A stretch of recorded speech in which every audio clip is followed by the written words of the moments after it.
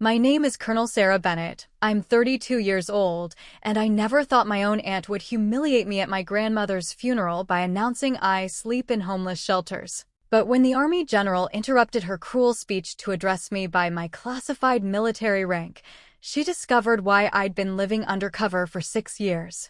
Let me tell you about the day my family learned that their homeless failure was actually one of the most decorated military officers in American Special Operations. Because what happened at my grandmother's funeral became the most shocking military revelation in decades. I'm Colonel Sarah Bennett, and for the past 6 years, I've been living the ultimate double life in service to my country. To my family, I'm the black sheep who fell apart after my military discharge, living in homeless shelters and struggling with what they assumed was PTSD and addiction. They whispered about my tragic downfall and treated me like a charity case who needed their pity and occasional financial help. The reality was infinitely more classified and dramatically more important. What my family didn't know is that I had never actually left the military. 6 years ago, I was recruited into the most secretive branch of Army intelligence, a deep cover unit that operates domestically to identify security threats and terrorist cells. My homelessness was an elaborate cover identity that allowed me to infiltrate networks that no traditional agent could ever access.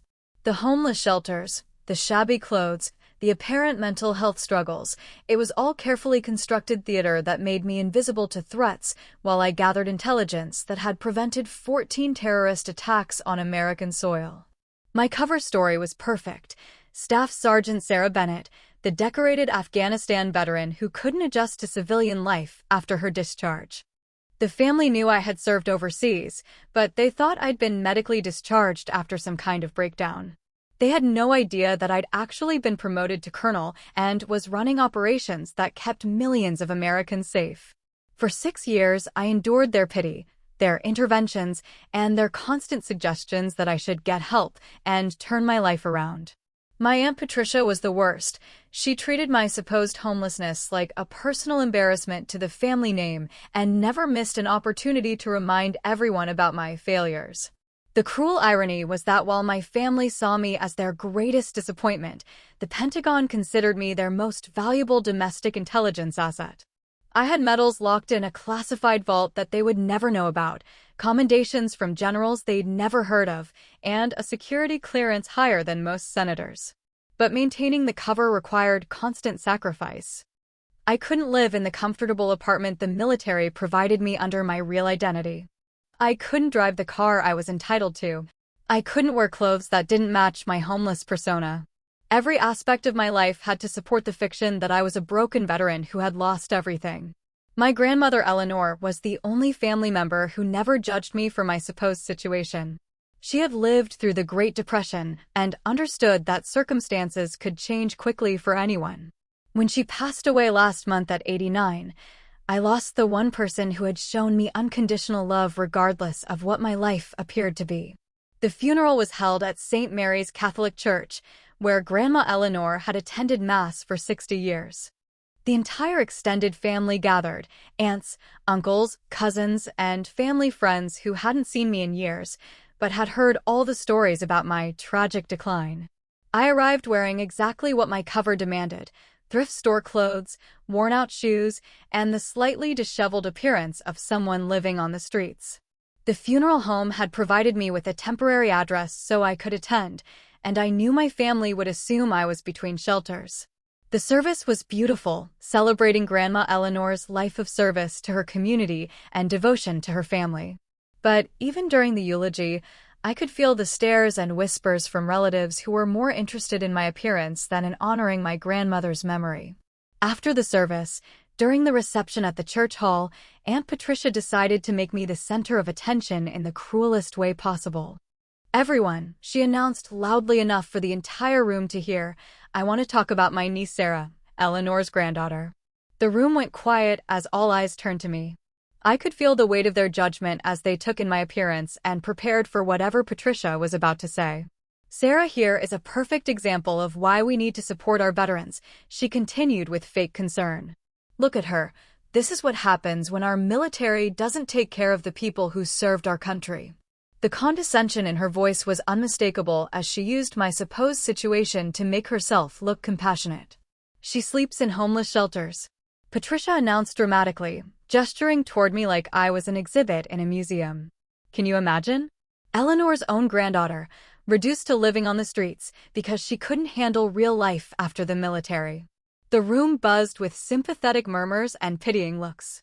People who hadn't spoken to me in years were shaking their heads sadly and whispering about what a shame it was. I've tried to help her, Patricia continued, clearly enjoying being the center of attention. I've offered money, job opportunities, even a place to stay. But she's too proud or too damaged to accept help from family. My cousin Michael joined the public humiliation. It's really sad what war does to some people. Sarah used to be so promising, so disciplined. Now look at her, she can't even hold down a job at McDonald's. The laughter from some relatives was cruel and heartless. Here I was, mourning my grandmother at her funeral, and my own family was using the occasion to publicly shame me for my supposed failures. The worst part, Patricia added with fake sympathy, is that she actually thinks she's fine. She lives in this fantasy world where she believes she's still serving some important purpose. It's clearly a coping mechanism for her mental health issues. That's when my encrypted phone buzzed with a call that would change everything forever.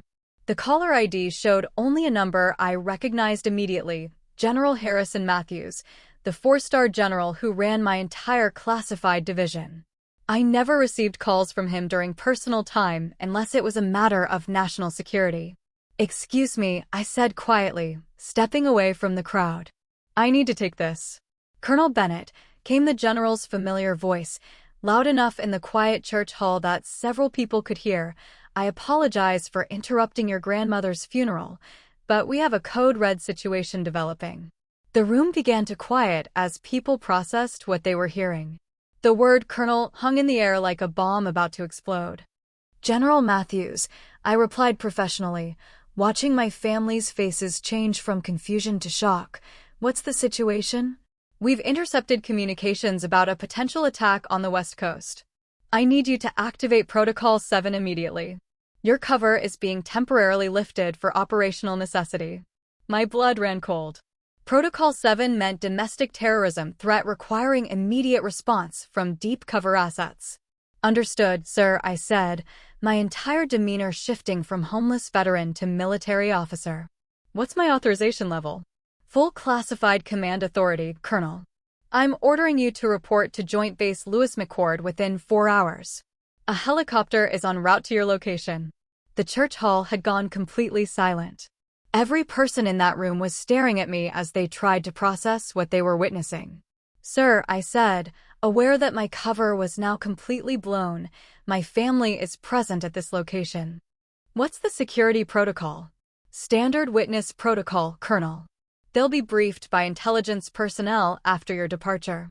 Your service record will be partially declassified to explain the situation." Patricia's face had gone white as she began to understand that the homeless failure she'd been mocking was actually a high-ranking military officer. "Colonel Bennett," General Matthews continued, his voice carrying clearly through the silent room, "I want to personally thank you for 6 years of extraordinary service. Your intelligence work has saved thousands of American lives."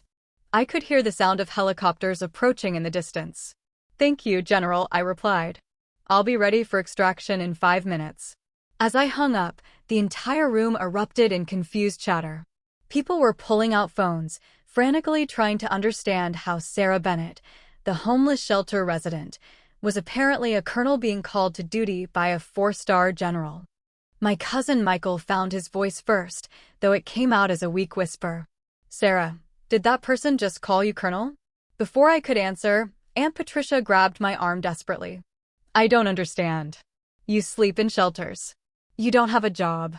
How can you be a colonel?" "Because, Patricia," I said calmly, "for the past 6 years, sleeping in shelters and appearing homeless has been my job.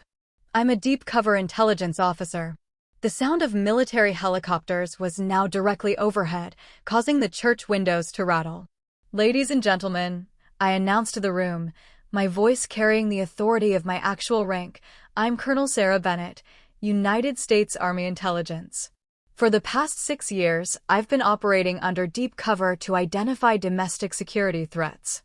The church hall erupted in chaos as my extended family tried to process the revelation that their failure relative was actually one of the military's most important assets. The homelessness, the apparent mental health issues, the inability to hold civilian jobs, it was all carefully constructed cover that allowed me to infiltrate networks that threaten American security, I continued. Through the church windows, we could see military personnel establishing a security perimeter around the building. Patricia looked like she was about to faint. But you asked me for money. I gave you $20 for food just last month. And I appreciated it, I said gently. Maintaining authentic cover sometimes requires accepting help that supports the fiction. That $20 went to the same place all your charity did, supporting an operation that has prevented multiple terrorist attacks. The church doors opened and 2 Army officers entered, a lieutenant colonel and a major, both in full dress uniform. "Colonel Bennett," the lieutenant colonel said, saluting me, "General Matthews sends his apologies for the disruption, but we have a national security situation requiring your immediate attention."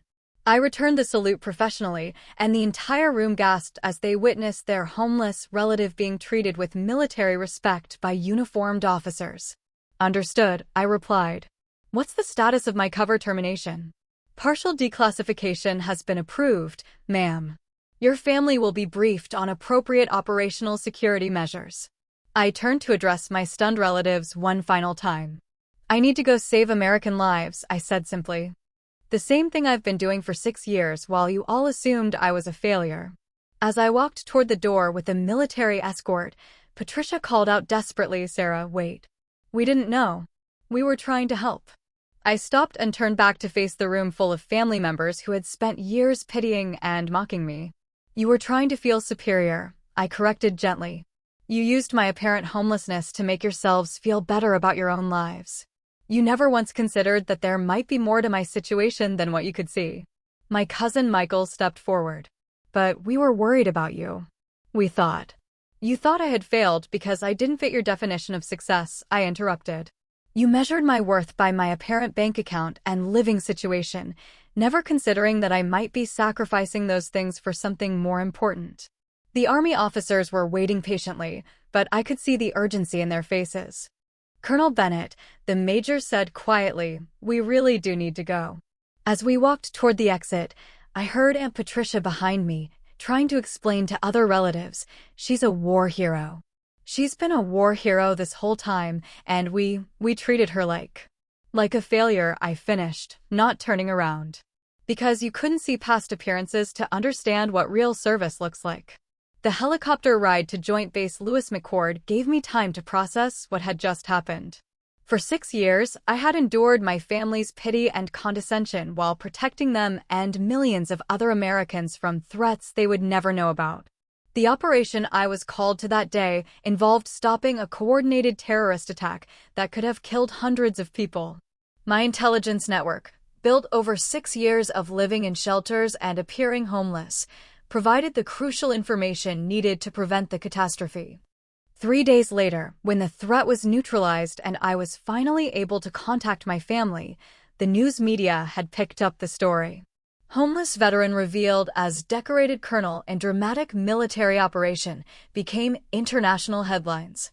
Aunt Patricia called me crying, apologizing for her cruel speech at the funeral and begging for forgiveness.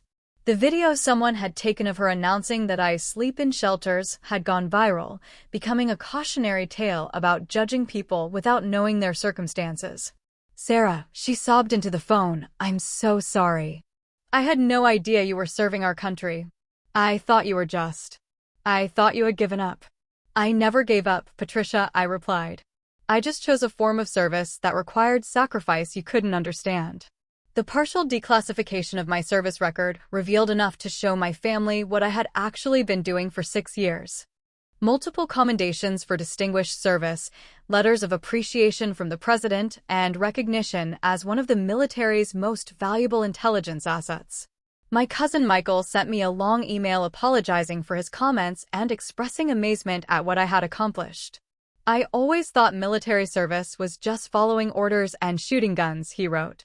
"I had no idea it could involve the kind of complex intelligence work you were doing." 6 months later, when my deep cover assignment was officially completed, I was promoted to full colonel and assigned to the Pentagon to oversee domestic intelligence operations. My homelessness cover was retired, and I could finally live openly as the decorated military officer I had always been. But the most meaningful recognition came from an unexpected source. The National Coalition for Homeless Veterans gave me an award for bringing dignity and honor to the homeless community through extraordinary service. They understood that my time in shelters, even as cover, had given me insights into the real struggles of homeless veterans that would help improve services for years to come. At the award ceremony, I wore my full dress uniform with all the medals I had earned during my classified service. The same relatives who had mocked my appearance at my grandmother's funeral were in the audience, finally seeing me as I truly was. "For 6 years," I said in my acceptance speech, "I lived among America's most vulnerable citizens while serving America's most critical mission. I learned that heroism doesn't always wear a uniform, and service doesn't always look the way people expect it to." I looked directly at Aunt Patricia in the audience. "Sometimes the person sleeping in a shelter is there because they're protecting everyone else from threats they'll never know about. And sometimes the family member you're pitying for their apparent failures is actually your greatest hero." The standing ovation lasted 5 minutes. Today, I work at the Pentagon developing programs to better support veterans transitioning to civilian life. My experience living undercover in the homeless community gave me insights that no textbook or briefing could provide. And every time someone makes assumptions about homeless veterans or failed family members, I tell them about the funeral where my aunt announced that I sleep in shelters, just before a 4-star general called to activate me for a mission that saved hundreds of American lives. Sometimes the person you're mocking for their apparent poverty is actually protecting your freedom. And sometimes the greatest military heroes are the ones whose service is so classified that their own families think they're failures. The Department of Defense has a sense of irony about assumptions like that.